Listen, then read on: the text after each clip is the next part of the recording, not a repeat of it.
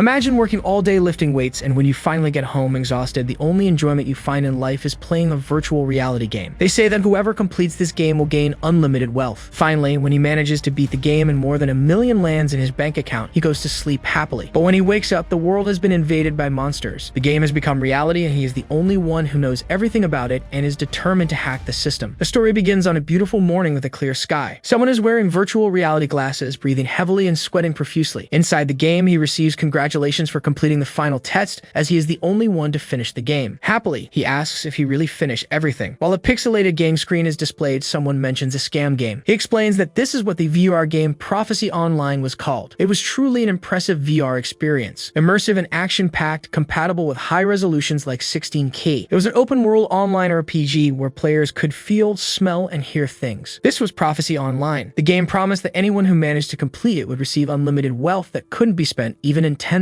years. At the time, no one believed in such a reward from the game. He admits that he was one of those people, simply enjoying the game while it asked for money and things like that. Endo says that all changed that day, remembering when someone told his team to take a break. He was at his workplace as usual, asking if they would be clearing debris in the afternoon. After failing to find jobs, he began working part-time as a construction worker, trapped in a routine of working hard under the sun and getting scolded by older colleagues. Suddenly, Endo receives a message on his phone from the Prophecy Online administration. Noticing it's a message from the game, he wonders if he hadn't turned off email notifications. In the message, they congratulate him for achieving first place in the beta test, saying the rewards would be deposited into his account. Smiling, Endo questions if they really still send out these scam emails, saying he'll check his account. He looks at his phone and saying it's impossible that they actually deposited anything in his bank. Surprisingly, they had deposited 1 million yen for him. A man approaches him, saying he'll need his help after the break. Concerned, the man comes closer, touching his shoulder, asking if he's feeling unwell. Endo simply starts running, laughing wildly, leaving his colleague on the ground, asking where he's going. Running with high hopes, the player wonders if this is real and if he can make money from the game. He questions whether the reward that couldn't be spent in 10,000 years is real, which makes him throw himself fully into the game. This game was ruthless and unforgiving, using its players as sacrifices. The tower's guardian would destroy defeated users along with their data. In the dungeon, the tower's exit was always random. And the best part of all this exploration, they felt the same pain as the characters when they took damage, always confronting the real fear of death, making many players quit. Endo earned just enough to cover his expenses through a part-time job. However, to play more, he went into debt, taking loans from loan sharks and banks. Now he had no choice but to wait for those unlimited assets that couldn't be spent in 10,000 years. Going back to when he finally completed the game, they simply congratulate him, saying the real reward is his experience. With that, exhausted, he begins to take off his VR. Completely disbelieving, he wonders if he actually did it. Dropping everything, he rushes to his phone, anxious for the reward. Clicking on the email sent by the Prophecy Online team, they were announcing that they had recently reached their goal, and for that reason, Prophecy Online would be discontinued. Angry, Endo wonders what will happen to his rewards, while he reads the game's thanks to all its sponsors. Feeling unwell, he ends up dropping his phone to the ground, lamenting while his phone remains broken on the floor. Kneeling on the ground, Endo wonders if they will properly reward him now that he has completed the game. The day remains sunny, the neighborhood calm, as if his problems affected no one else. As he walks toward his bed, he tries to convince himself that since it's a large sum of money, it might take time to transfer. Endo lies down exhausted on his bed, saying he'll check tomorrow. The next day, looking at his phone, he admits that nothing else came in besides the 1,000,000 yen, and that he should have given up. After these events, a week passes. He hears a loud noise and wonders what's happening so early. Looking at his phone, Endo realizes the sound isn't coming from it. That's when he looks up and sees a system window. In front of him are notifications saying that the ice trial failed and Moscow was destroyed. Next would be the Earth trial. With a time limit of 43 days, if they failed, the test site would be annihilated, now being Japan. He looks at everything in confusion, not understanding what's happening. On the TV, terrified journalists inform the public of Moscow's current state. While monsters completely ravage the city, the Russian government declares there is no hope of survivors. Not knowing what kind of creatures these are, journalists announce they seem to be dragons. A helicopter observes the monsters from above. The journalist aboard reports that a similar situation is about to occur in Japan according to the gathered information. The warden states that many say this is a disaster coming from a game called Prophecy Online, being completely similar. A geologist says the only possible cause of a disaster on this scale would be the movement of tectonic plates, not monsters. As a monster opens its mouth toward the helicopter, the journalist asks if it's trying to aim at them. Someone screams desperately, ordering them to get out of there and return, but unfortunately, there's no response. The terrified presenter begins to shout the journalist's name, asking if she can hear him. The specialist, horrified by the scene, says that this could never happen in the plate movement. While running to his balcony, the protagonist says there's no doubt about it. He confesses that even in this crazy situation, he managed to remain calm. With his extreme calm, only one thought crossed his mind. Elsewhere, a woman was trying to learn how the system worked, pressing the main event button. Endo also presses this button, realizing the time limit is 43 days and the test location is Japan with zero progress. He remembers the game's message saying his experience would be priceless. The protagonist assumes the priceless assets mentioned by the game were his experience. After all, he was the only one who completed it. Suddenly, after a long time, his door opens. All stylish, the young man steps out convinced. With a sly grin, he says he'll now get his money. As he runs, he remarks that with the game becoming reality,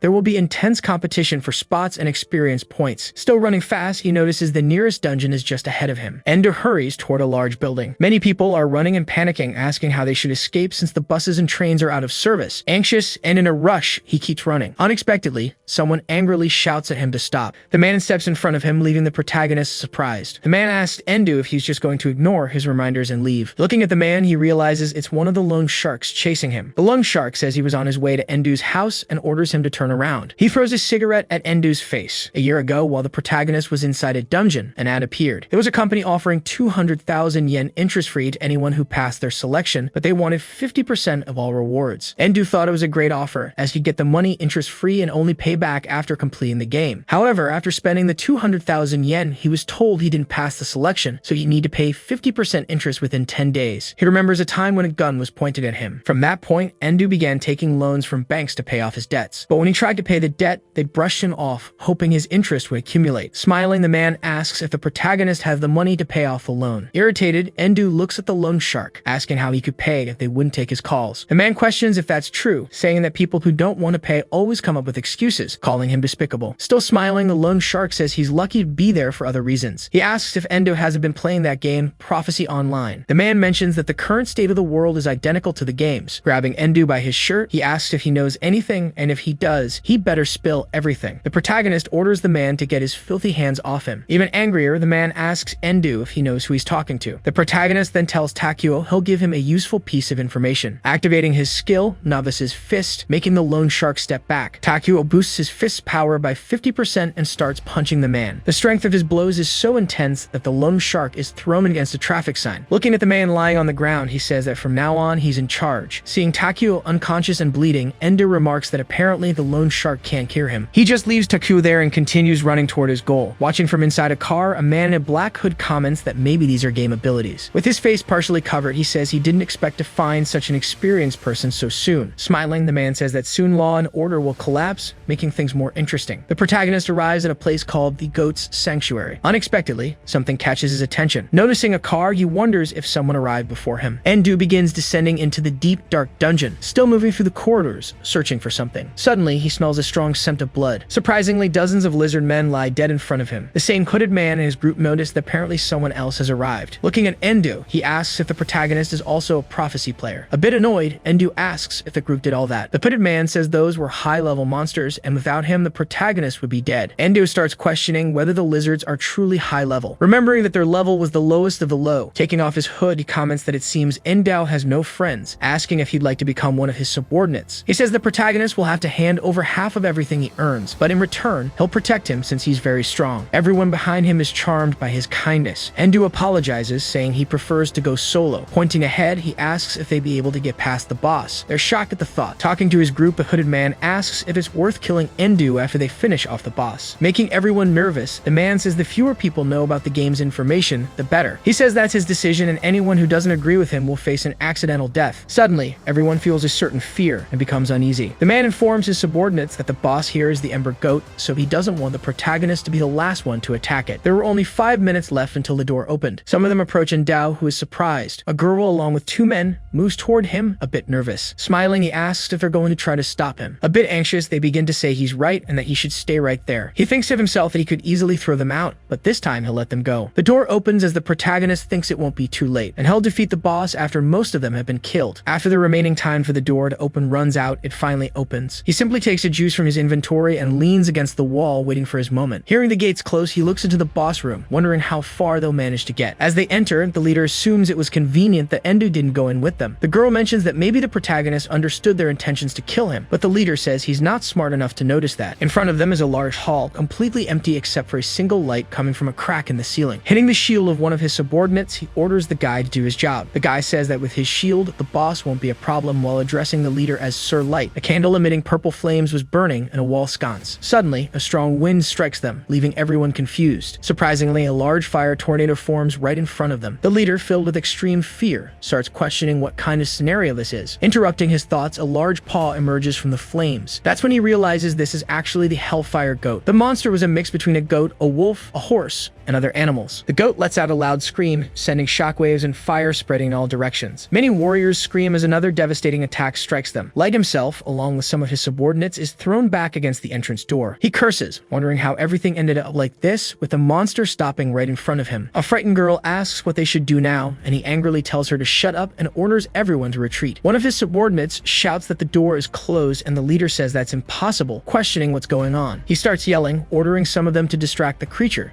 saying the shield should be able to block the monster's attacks. The man holding the shield tries to say something, but his leader ignores him, commanding him to do as he was told. The shield bearer positions himself in front of the creature, which raises its hammer. The man, completely overtaken by fear, holds the shield in front of him, but with no chance at all, he is crushed by the creature. His companions are utterly terrified and they start to flee. After the boss raises its hammer again, we can see the man lying lifeless on the ground. A strange creature picks up the man's shield with its fingers. Unexpectedly, it places it in its mouth. It begins chewing the shield as if it were nothing. They start saying that this is unbelievable since it was an epic level shield. Light concludes that everything is completely wrong after all. The monster they came to face is a low level one that everyone can handle. He says that this happened after the update. Before, it was a monster called the Hellfire Goat and no player could get past it. Trembling with fear, he reaches the conclusion that this world is based on the game's initial version. Light remembers that the protagonist is waiting outside and that maybe he can open the door. The leader begins banging on the door desperately, begging Endu to open it so they can split the reward. However, as expected, he receives no response. Annoyed, Light asks if the guy can hear him and orders him to open the door, but something passes very quickly and close to his body. When he looks back, Light sees the monster heading toward him, sweeping through all his subordinates until it reaches him. Once again, they are thrown far away, left completely injured. Looking at the monster, he says that with such ridiculous physical strength, soon they will all be annihilated. Opening the door, Endu asks if that was all he could manage after all that talk, saying that Light lacks the talent to be a leader. With a proud smile, our swindler looks at the monster. Even almost dead, the man still mentally curses him. He admits mentally that he'll use the protagonist to escape and starts calling his subordinates, ordering them to retreat. Endu makes the girl trip as he tells her it's not a good idea. With the girl fallen to the ground, she realizes the door is closing. The protagonist looks at the so-called leader.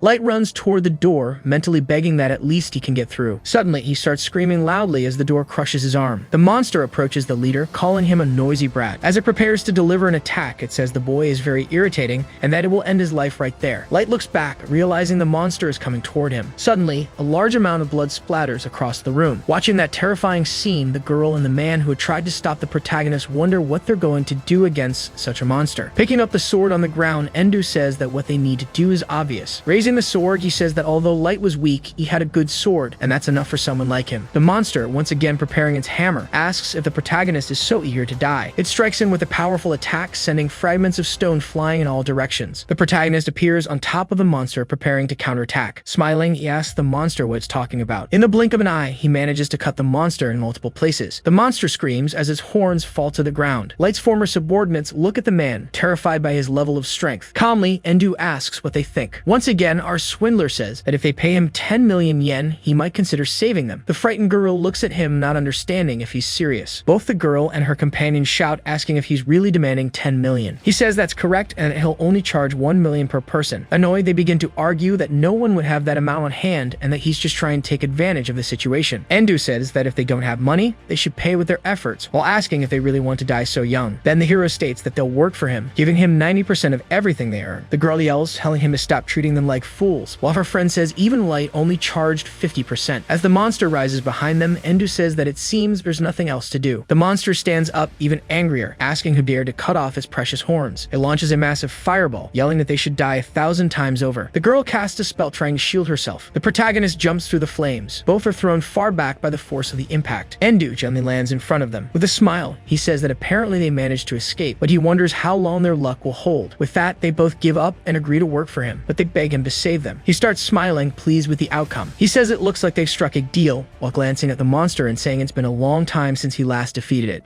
The monster, irritated, says it doesn't remember ever being defeated by someone like him. They begin asking what he's talking about since the Hellfire Goat was supposed to have been removed before it was ever defeated. Without replying, Endu looks at the monster with determination. He recalls that before the update, he had defeated the monster once, and he confesses that he heard from some sources that the Hellfire Goat was transformed into the Blaze Goat. With just a single movement of his sword, the protagonist manages to deflect the monster's attack. The monster stares in confusion, unable to understand how he managed that. Both his subordinates look at him, wondering who Endu really is after all, stopping that creature so easily. The protagonist confesses to the monster that if its attack had hit him, he'd definitely be dead. But, he adds, its attacks aren't dangerous once you know the tricks. The monster keeps attacking while he dodges and blocks them all with relative ease. The monster grows increasingly frustrated, wondering how this is possible, while the protagonist leaps behind it. Brandishing his sword, Endu manages to strike the monster's eyes, saying its patterns are exactly like in the game. As he steps away from the battle, the new subordinates notice he's pushing the monster back. They begin cheering him on, rooting for his victory. Annoyed, Endu tells them they're being too loud, prompting one of his subordinates to call him frustrating. Suddenly, a powerful attack passes close to Endu, leaving him surprised. Slamming its massive hammer into the ground, the monster says the protagonist's evasion skills are commendable, but it all ends here. With his back against the wall, the player realizes he's cornered. He asks the infernal goat if this was his plan all along, to trap him. Ignoring his question, the monster asks if he has any last words. With a smile, the protagonist simply tells the monster to drop dead. After all, it can't even land a hit on him. Even more enraged, the monster says it will fulfill his wish as it summons flames around itself. It opens its mouth, concentrating a huge core of fire in the center. The subordinates begin to wonder what these black flames are. Endo explains that this is the flame that burns everything, capable of killing even a level 99 player instantly. It's an attack that incinerates the entire ground, leaving no escape route. This is the goat's ultimate move, its last hope. With a purple gleam in his eyes and a grin, he says it's no big deal. Endu says he's been waiting for this moment, activating his novice kick skill on the ground, adding just 50% of his strength, creating a bright flash at the spot where he stood. Skillfully, he jumps for the monster, saying that even though it's a powerful attack, it leaves the user completely defenseless. And besides, he adds, its mouth has nowhere near the strength of the rest of his body. Positioning himself on the ceiling to gain momentum, he says, in other words, this level 1 strength is enough to keep it closed, stabbing the monster's mouth from above downwards. The monster falls to the ground, desperately trying to open its mouth as the flames burn it from within. Endu is exhausted from the battle, explaining that once this ability is activated, it can no longer be contained. With that, there's nothing left for the monster to do but feel the flames burning through its entire body. He jumps back, creating some distance as he asks if the monster can withstand its own flames. A little further away, they watch as the monster is charred by its own attack. Looking at the monster, he bids it farewell. When the Hellfire Goat finally opens its mouth, it only manages to scream. After a while, the monster was completely charred. The system notifies that the unique boss, the Hellfire Goat, has been defeated, while the girl and the guy can hardly believe they're still alive. Looking at the protagonist, they notice he killed the boss without even a scratch. The system congratulates him, announcing that Endu was the first to defeat a unique boss. He's awarded the title of the First Slayer. This leaves him a bit confused, as he doesn't remember anything like this in the game. This title grants him an additional 50% damage when fighting a boss. Additionally, as an extra reward, he can choose his secondary occupation. The system asks if he wants to select his secondary occupation now, and he replies that he does. The system also explains that once his secondary occupation is chosen, it can no longer be changed. With determination, he chooses the occupation of Soulsmith. Endu extends his arm, resolute in his choice. Suddenly, a bright light surrounds his body. With a smile, he says that it looks like he's about to make a lot of money. Collecting the boss's drops, he finds a dagger and a key. The girl informs him that it's the key to the underground sewer. It's a great place to level up quickly and earn money. The man accompanying her says their main objective initially was the ultra-rare drop the boss had. Endo starts spinning the key on his finger. He explains that this item isn't that rare. In fact, the drop rate is 100% with the Hellfire Goat. They're horrified at how casually he treats an item that's so hard to acquire. Looking at the dagger, he assumes it was pure luck to have obtained it. Endu walks over to the rubble. As he points the blade, yellow and blue sparks begin to emerge from it. With just a downward flick of his hand, he slices one of the pieces of rubble in half. Both his subordinates stare in shock, asking what's up with that dagger. While remarking that it's still not good enough, he starts using his secondary occupation ability, hoping the required materials will be simple. Even though the term secondary occupation might sound optional, Endu explains it's actually the main thing. He explains that the Soulsmith occupation allows him to use small soul fragments to create or enhance something. It's the only occupation that allows him to reach the endgame. The protagonist activates his Soul Sight ability. Looking at the sword, he discovers that it can be awakened with a soul fragment from an F-type mage. Looking at the girl, he realizes she's a mage and that there won't be any consequences if he extracts the fragment by forming a contract. He admits he wishes he'd known that before agreeing to take 90% of their earnings. As he thrusts his dagger into the ground, he says there's still something he can use. Looking at the two, he asks if they didn't want that key to be able to level up. Confused, they ask if he's really okay with it. Ender says that in exchange, they'll have to give him all the items on this list, slightly reducing the fee they'll need to pay. Both are ecstatic and begin thanking him. The protagonist tells them they don't need to thank him. After all, the more they earn, the more he profits, fulfilling the extraction conditions. He successfully acquired a soul fragment from an F-type mage. With the materials in hand, Endu activates the Soulsmith ability once again. again. He commands the sword to awaken, and it begins to glow radiantly. As fragments swirl in a tornado of power, the sword's blade turns purple. Raising the dagger in front of him, he notices he's gained a new skill called Soul Slash. The hero activates the skill to test it. While his subordinates look on, terrified, he slashes forward, cutting through everything in his path. The attack is so powerful that it slices through the warehouse, revealing a forest beyond. Both subordinates gaze at the massive crater in awe of such strength. Everyone stares at the power released with a single movement of the dagger. They collapse to the ground, wondering if a human could possess such power. Looking at the dagger, he comments that this seems to be its limit. As he looks at the girl, Endu says that he has a weapon and a minimal amount of skills, but should be ready for the next step. The protagonist simply stops in front of the girl, scaring her. Quickly, Ruby covers her face, thinking he's going to kill her. To her surprise, Endu simply walks past her, leaving her confused as to what's happening. He crouches in front of the bodies of his subordinates' former companions and begins to pray. Ruby watches him, captivated, wondering if Endu is mourning the dead players. However, in reality, the protagonist just wanted the wallets of the extras. The little thief starts grinning, saying they had quite a bit of money on them. Both conclude that he's more dangerous than the Hellfire Goat. Somewhere, numerous black feathers fall from the sky. Around the shrine, several crows are flying as someone stands before the gate. It was Endo, observing the place. He calmly approaches a well. As he descends the stairs, the protagonist mentions that beneath this well, there's a large number of monsters. Usually, they'd only be challenged by a group of 3 or more people, but Endo says that this doesn't apply to him after all. He has the goat dagger. Upon reaching the bottom of the stairs, he looks around. Suddenly, he hears the sound of a coin flying toward him. He quickly slices it in half, avoiding contact. Positioning himself for battle, the player raises his dagger in front. Noticing something, he glares ahead, irritated. Unexpectedly, 3 men appear, asking if there's a new visitor. The man with a bloodthirsty look tells the protagonist that this place belongs to them. Pointing his blade at the men, he questions who decided that. The man says that whoever arrives first wins, asking if that isn't the game's rule. One of the men says they'd let him use the area if he pays a fee. Realizing these men are like him, Endu asks what the price would be. The man says he'll charge him 50,000 yen per hour, since even so, the protagonist would still be making a profit.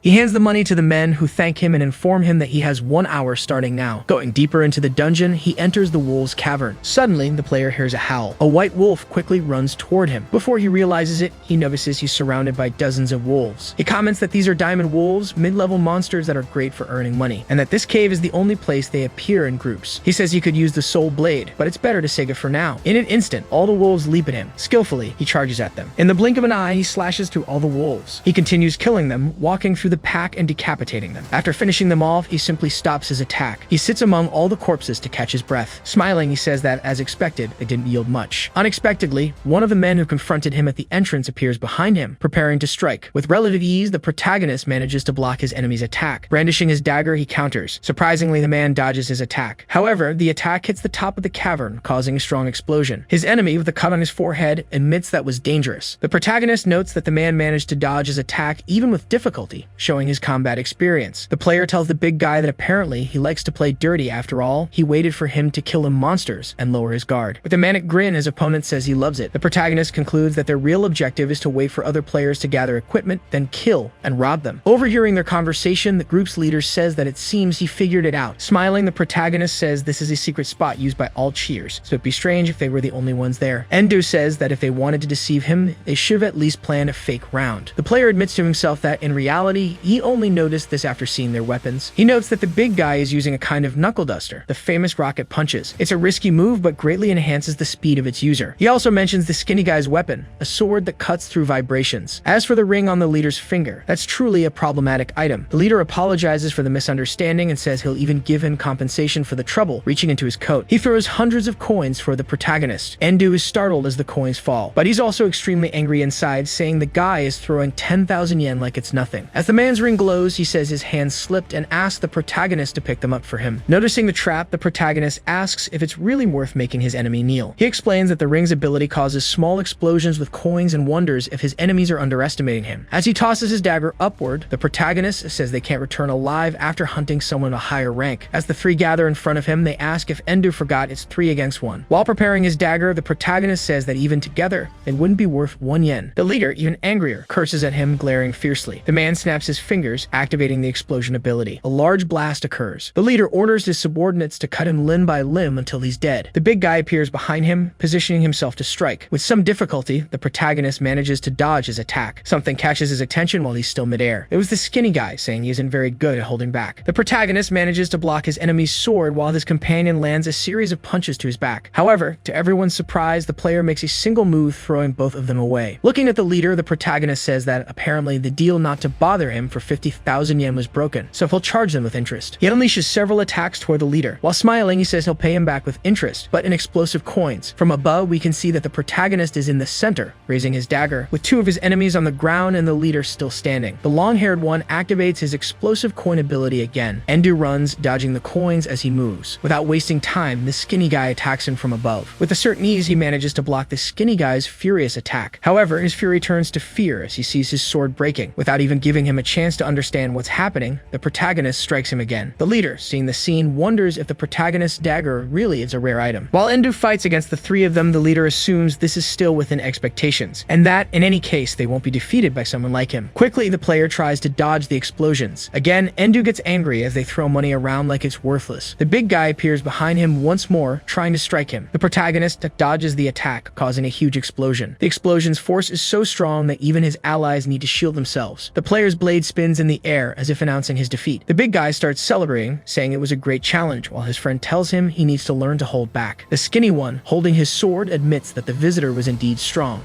The long-haired one crouches to pick up the dagger, saying that no matter how good a weapon is, if its user isn't alive, it's worthless. Suddenly, Endu activates his soul restriction ability, chaining both the skinny guy and the big guy, leaving only the leader, who is terrified. Both warriors start screaming in pain as the chains tighten around them. The concerned leader starts calling out their names. Emerging from the mist, the player explains that he used his soulsmith ability to cause unparalleled pain. The enraged leader charges at the protagonist, wielding the goat dagger. Before he can even get into position, the protagonist grabs him. Looking at him, Endu calls him slow. Furious, the man says he won't lose no matter what. He jumps back, unbuttoning his coat, sending numerous coins flying. Confidently, the leader commands him to be amazed. But now even angrier, the protagonist reactivates his soul restriction ability. In the blink of an eye, his opponent is completely chained. He tries to scream as some of the chains tighten around his neck. The long-haired man doesn't understand why his ability won't activate, and Endu explains that with a significant level difference, he can nullify the enemy's power. Still bound, he asks what level difference he's talking about since he's already level 7. As he tightens the chains further, the player tells him he's done well for a beginner. Looking at them, Endu tries to figure out the conditions required to obtain their soul fragments. The big guy's condition was to satisfy his hunger, the skinny guy's was to introduce him to his older sister, and the leader's was to genuinely fear him. With a menacing look, the protagonist says that the leader's condition is one he can fulfill right now. As he strangles the leader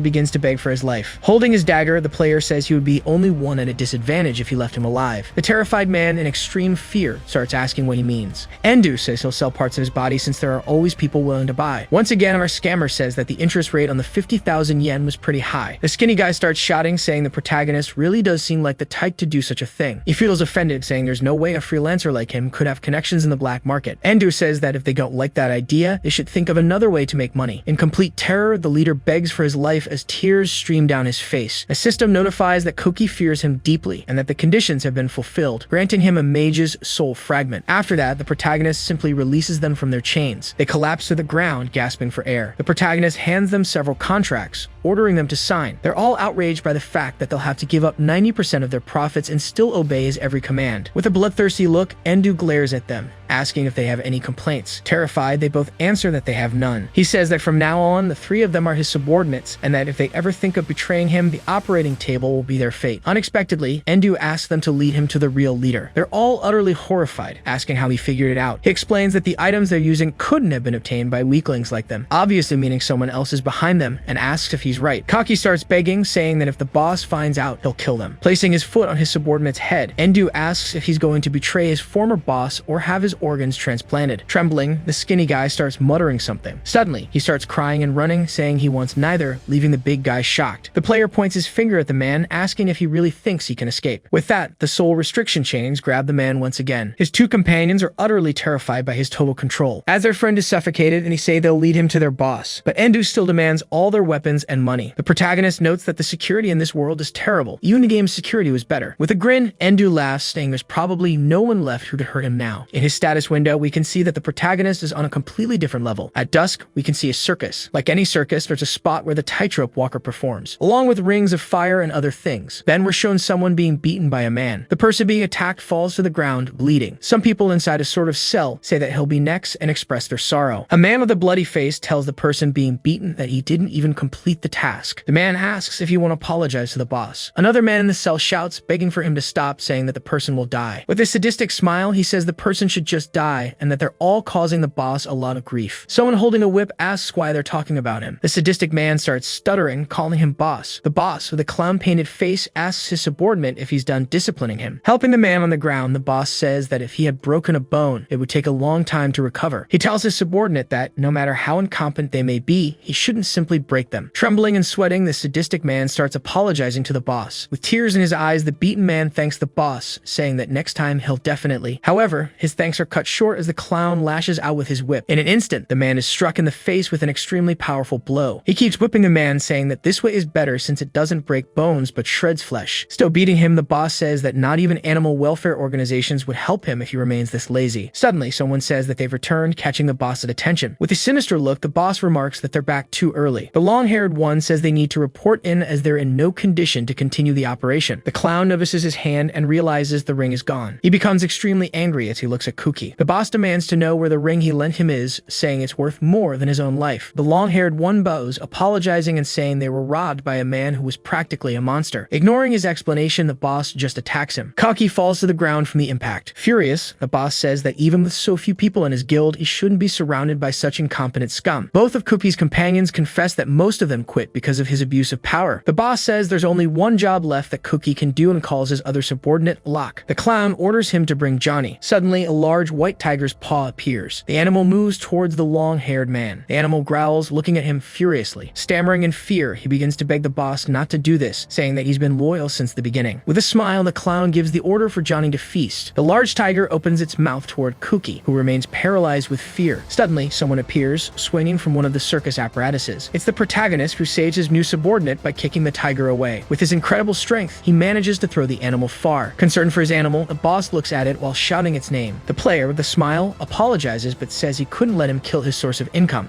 The boss rushes over to his animal, asking if it's okay and saying it must have been very frightened. Desperate, Kuki asks why Endu took so long to show up, but the swindler only complains that there wasn't much to loot. Not surprisingly, the boss attacks him from behind with his whip. However, to his surprise, the protagonist cuts his whip even with his back turned. In the blink of an eye, the boss is left without his whip, which falls to the ground in pieces. Now a bit nervous and afraid, the clown asks who he is. As his blade glows purple, Endu says he's the new boss of those guys. Locke, outraged, begins to ask where their gratitude for the boss is. The men ask why they should be grateful, as they only obeyed him out of fear. But now the protagonist is scarier than he is. Staring him down, the protagonist asks if he hurt him. Pointing to the other men who were caged, Endu says that if they sign a contract, he'll protect them from this weakling. The man who was just assaulted asks if he'll take them out of this hell. With a malicious smile, the protagonist says he promises. The player announces to everyone that he'll only take 50% of everything they earn. This makes his other subordinates angry as he charged them 90%. Annoyed, he says it's because they tried to kill him. Trembling with rage, the clown asks if, besides hurting his animal, he also wants to steal his subordinates. His eyes glow purple as he vows to kill all 4 of them. Endu says they're in Japan and asks since when such barbaric behavior has been tolerated. Taking out an ID from his inventory, the clown says it's because he has this. It's a guild master ID and a certificate from the Ministry of Internal Affairs and Communications. The protagonist is surprised to learn that he's a guild master. He explains that the Japanese government grants guild leaders the authority to act above the law and conquer dungeons. Andre says that not even the police can lay a hand on him in Japan. Those with power face no consequences. With a grin, Endu asks if that means becoming a guild master would allow him to conduct shady business without consequences. The clown calls the protagonist a foolish man as he grabs a gun and explains that to become a guild master, he has to be at least rank B. Pointing his gun at the protagonist, the guild master says he'll die so he doesn't need to know anything else. The man starts shooting, saying he'll turn him into a sieve. Endu merely stares as the bullets fly toward him. The protagonist uses his ability called Soul Barrier. It's a barrier raised from level 25 using type E magical soul fragments. While continuing to shoot, the clown curses and praises him at the same time, calling Endu clever.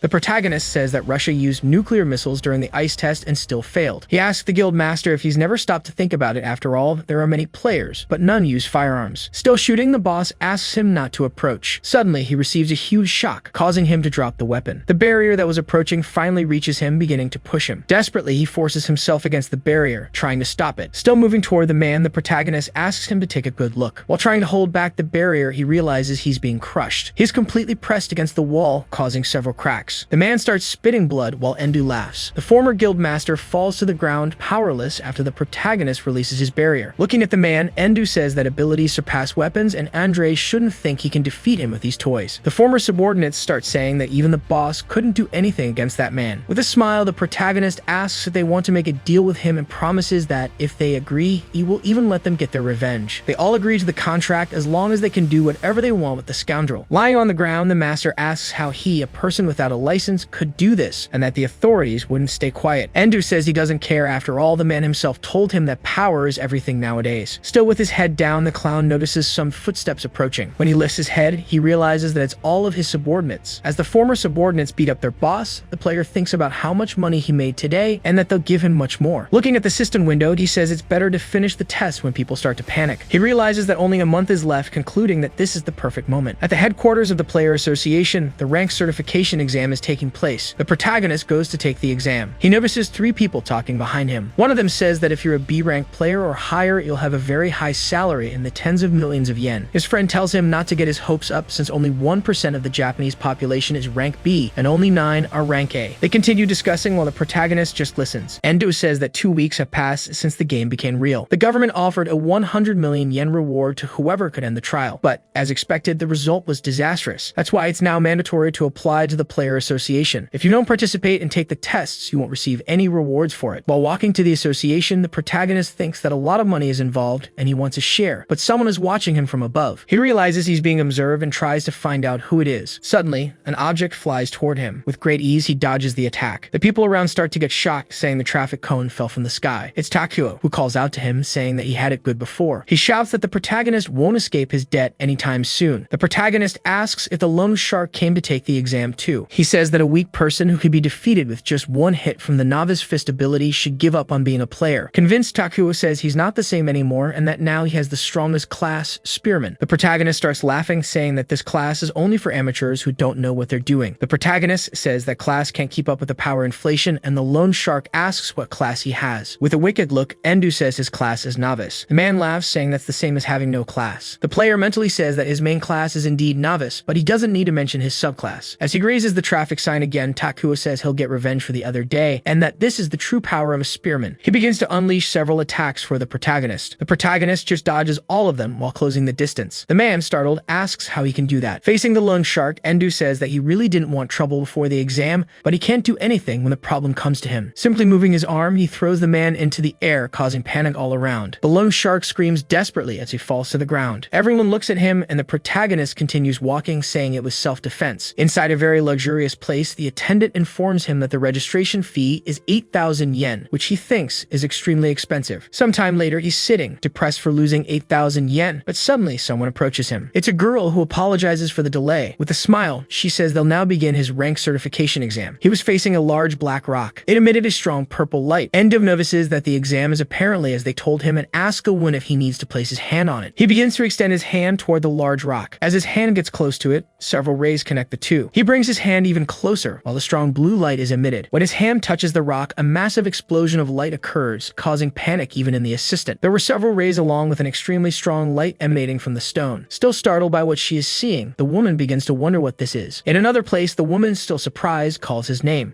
She says the result is in, and he is equivalent to rank A. Endo receives a document with his classification. A bit nervously, she says he probably knows this, but players can change classes. She begins to explain that he could be a master swordsman, a master mage, or an archbishop. He declines and says that even though he wants to, his class isn't available yet. Confused, the woman asks what class that would be, but the protagonist replies that he doesn't intend to share it. She informs him that to change classes, he will need a special item, and asks if he would like help from the association. Endu just coldly refuses. He asks if that's all she has to say. The woman, a bit nervous, asks if that wouldn't be problematic for him. The player questions her as to why she's asking that. She explains that he has more power than any rank A they've seen, but since he doesn't have a class, he will be downgraded to rank E. The woman informs him that rank E has many restrictions, like not being able to create his own guild, which would be a disadvantage for him. Endo says that the government loves to create useless rules, while mentally he thinks that all he needs to do is turn a subordinate into rank B. He remembers that only one class can clear this game, and he has no intention of changing until then. The protagonist asks if even rank E can receive the 100 million reward for clearing the test. She says yes. The woman says she understands and that his registration will have to be issued as rank E. A little later, he was walking down the street while some people were holding up posters. They were guild members trying to recruit people who had just finished the test. The protagonist, with a smile, notices that people are really putting a lot of effort into this. Two girls say they are looking for rank D players and ask if he wants to join their guild. Endu informs them that he is rank E. The girls begin to lament for him, saying they understand. The protagonist notices that rank E players are being treated like pests, but he convinces himself that he doesn't care about any of this. Suddenly, his attention is caught by a man in a suit walking through the crowd. The man had an orange aura surrounding his body. His eyes also glowed orange as he stared intently at Endu. As he approaches, the man says it's a pleasure to meet him and asks if his name is Endu Ri. Suddenly, he hands Endu a card, saying that these are his details. It was a card for a guild called Genesis Wings. People were discussing if that was really the strongest guild, Genesis Wings, and if he was the Stinker. The protagonist asks what Stinker means, and the man awkwardly explains that it was his nickname in the game. The player realizes that he is famous and wonders if he should make friends with him. After all, he could make money. He asks Shinji what he wants from him, but their conversation is interrupted by the loan shark, who asks if the Stinker was looking for him. Takuya approaches, saying that even though he's a rank B player, he won't be influenced by bad decisions. The protagonist wonders if this weak guy is really rank B and guesses that he may have threatened the examiner. Shinji asks who he is, and the loan shark, angry, calls in a little girl. Takuya gets enraged and grabs the man by his tie, threatening him, saying he's strong. However, with a single movement, the man easily twists his arm. He places the loan shark on his knees while complaining of pain. A bit more seriously, Feeder says that with each passing minute, they are getting closer to destruction, so he doesn't have time to waste on him. Takuya storms off angrily, saying Shinji shouldn't cry and try to recruit him later.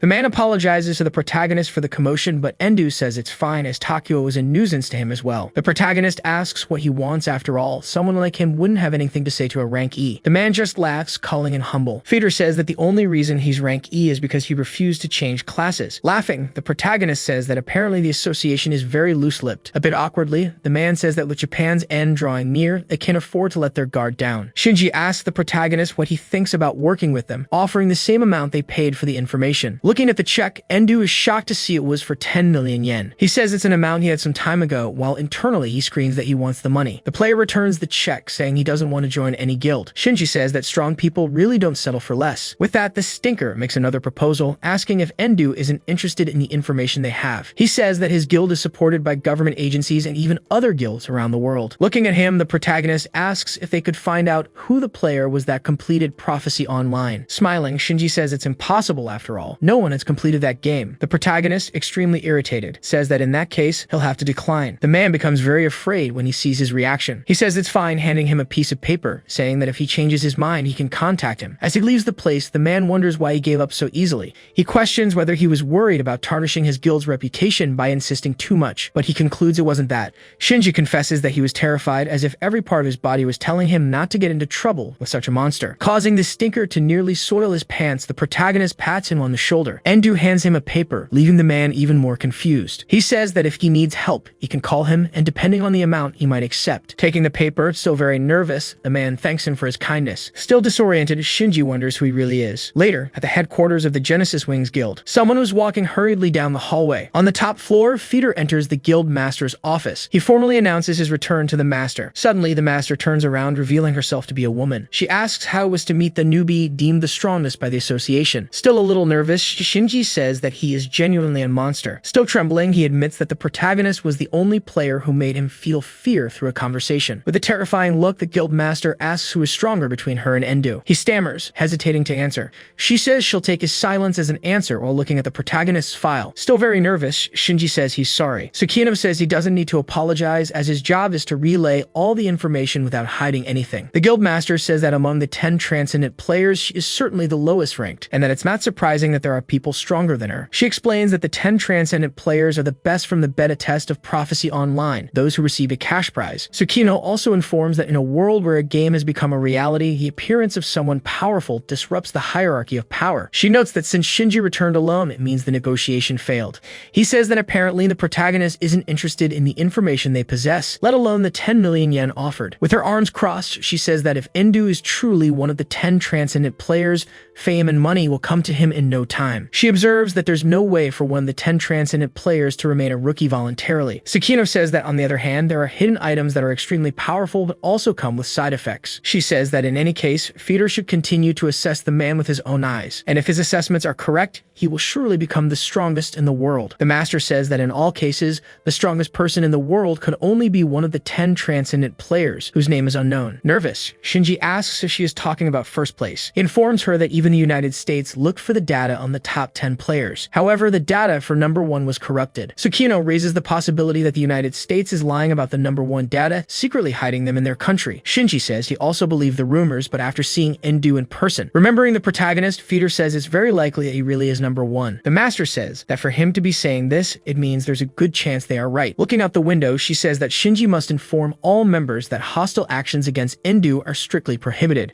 She says that a nuclear bomb, which they don't know when it might explode, must be handled carefully. Still very nervous, he says he will do as instructed. On the other side of the city, in another large building, Endu says that a few weeks have passed and they were looking for places to use as a hideout for their source of income. He was looking at the view when suddenly someone called out to him. His subordinates were positioning the TV and asking for his opinion. Kaki presents him with a suitcase full of money, saying he managed to collect the taxes for the day. The protagonist praises him and asks how the attack group's preparation is going. He says they are easily leveling up in the underground sewers and making 1,000,000 yen a day. Excited, he informs that even the new recruits are making 100,000 yen per day. Extremely happy, the long-haired man says he never imagined making so much money while thanking the protagonist. The player reminds him that he said he would make the money. After all, if they make money, he profits too. He says that the taxes are practically fees for information. Kaki mentally thinks that paying 90% is really a lot, but without the information, he wouldn't even be able to make 10%. Looking at the protagonist, he realizes that this man has very valuable information. The long-haired man asks what they will do about the judgment since there are only 10 days left,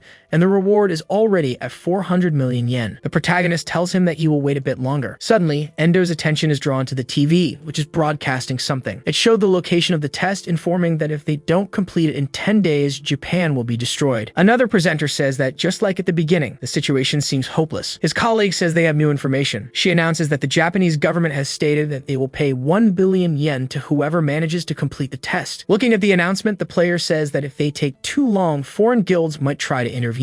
Picking up a piece of clothing, he says that now is the best moment. He gets dressed, saying he'll go out for a bit, while the long-haired man asks if he's going alone. Endu says of course, after all, he can't put his source of income in danger. Everyone is fascinated by him. However, the 171 personality takes over, and he says it's 1 billion yen, and for that, he'll take everything. Kaki snaps back to reality, realizing that it's all about the money. It was already night when he finally arrived at the test location. There were many people in front of the gate that led to the test. The protagonist approached, while Shinji noticed his presence. As always, the player was calm as if he were going to a market. Happy, Feeder asked if he really came. Passing by him, Endu said he had no intention of cooperating. However, Shinji said that was a shame, as he wanted to make a profitable deal with him. He informed him that he just needed to transport some things for 100 million yen, making the protagonist pay full attention to him. Shinji led him to a space where hundreds of backpacks were. He said he wanted the protagonist to take one of those backpacks to his members inside the test. Curious, Endu asked what was inside them that made them worth 100 million yen. Shinji replied that they were provisions. Opening one of the backpacks, Endu noticed that it was full of supplies. He asked what this was, with Feeder saying they were the guild master's favorites. Shinji explained that they were in the deepest layer of the test, and because of that, they were running low on provisions. With a smile, the protagonist asked what the problem was. After all, with that amount, many people would accept. A little embarrassed, Shinji said that in fact they were in a difficult situation. Shinji informed him that he had asked 39 groups to help, but all of them were completely annihilated. The player began to say that the first 4 layers should only have formalities and wondered if it was different from the game. Still very nervous, the man concluded that he was sure Endu knew something.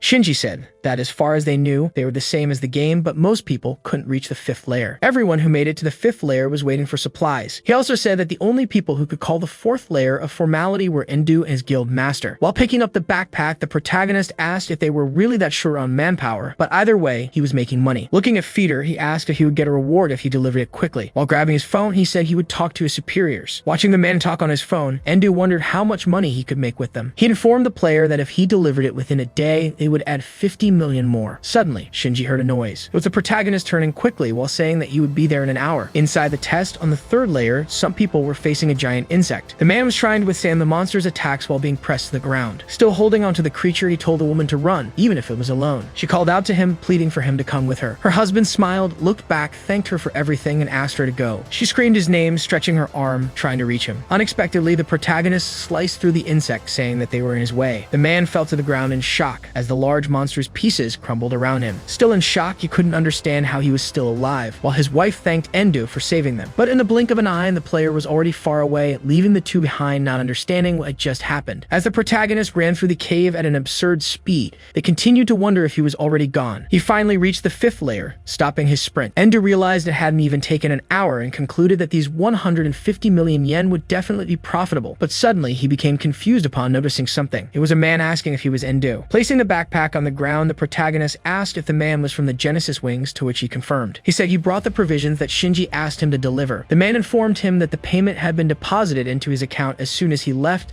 since Fader had assured them that he would deliver it. Opening his bank app, Endu saw that 150 million yen had indeed been transferred to his account. Satisfied, he simply thanked him for the deal. As various players appeared, their leader informed them that they had been waiting for food for a long time. They began to divide the provisions, saying that they were finally saved, while one of them said he would inform the front line. The protagonist said that it seemed horrible, while the leader responded affirmatively. He informed the player that they had already lost many people. Unexpectedly, many people started to run. They shouted that they would be caught. As they neared the camp, they said they were safe now, while the leader asked what had happened. But before they could answer, a loud noise echoed through the cave, causing pain to everyone. They looked ahead, where a large cloud of smoke was emerging. To everyone's surprise, a large swarm of giant insects was heading toward them. The protagonist was preparing to attack when suddenly, a huge flame passed by his side. Completely taken aback, the guild master passed by him, burning all the insects. After destroying them all, she stopped, her blades still surrounded by flames. The insect bodies fell, completely charred. Endu noticed that this was a high-level secret skill, the elemental sword Hellfire. The woman approached him, saying it was a pleasure to meet him. She thanked Endu for taking on the transport mission. As she sheathed her sword, she introduced herself as the guild master. Hey everyone, did you enjoy this story? I really liked it. If you want to follow the next part, make sure to subscribe to the channel and leave a like. See you in the next story, guys.